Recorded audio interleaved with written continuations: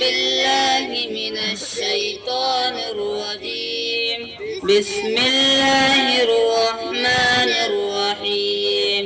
قل أعوذ برب الفلق من شر ما خلق ومن شر غاسق إذا وقب ومن شر النفاثات في العقد ومن شر حاسد إذا حسد.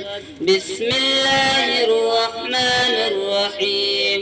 قل أعوذ برب الناس ملك الناس إله الناس من شر الوسواس الخناس الذي يوسوس في صدور الناس من الجنة والناس. بسم الله الرحمن الرحيم. اللهم آنس وحشتي في قبري. اللهم ارحمني بالقرآن العظيم واجعله لي إماما ونورا وهدى ورحمة. اللهم ذكرني منه ما نسيت وعلمني منه ما جهلت وارزقني تلاوته آناء الليل وآناء النهار واجعله لي حجة يا رب العالمين. بسم الله الرحمن الرحيم. ألف لام ميم.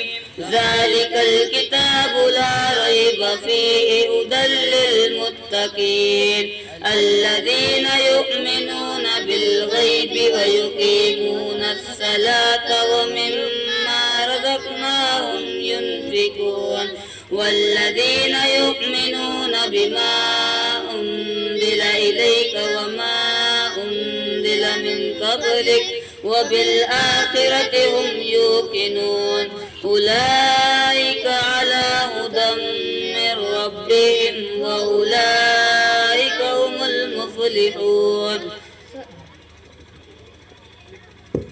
ماشاءاللہ ان طلبہ کرام نے حضرت والا کے سامنے ناظرہ ختم قرآن کیا ہے، لہٰذا ساتھ ہی ساتھ ان کو سند سے بھی نوازا جائے گا اور مڈل سے بھی نوازا جائے گا اور کچھ انعامات ان کے لیے انتظام کیا گیا انعامات بھی انشاءاللہ ان طلبہ کرام کو دیے جائیں گے۔ واقعتاً یہ اللہ کا بڑا فضل بڑا کرم ہے کہ یہ طلبہ کرام ہمارے سامنے اتنے بہترین انداز میں قرآن پاک کی تلاوت پیش کر رہے تھے اور ماشاءاللہ انہوں نے 3 طلبہ نے حفظ بھی شروع کر دیا ہے۔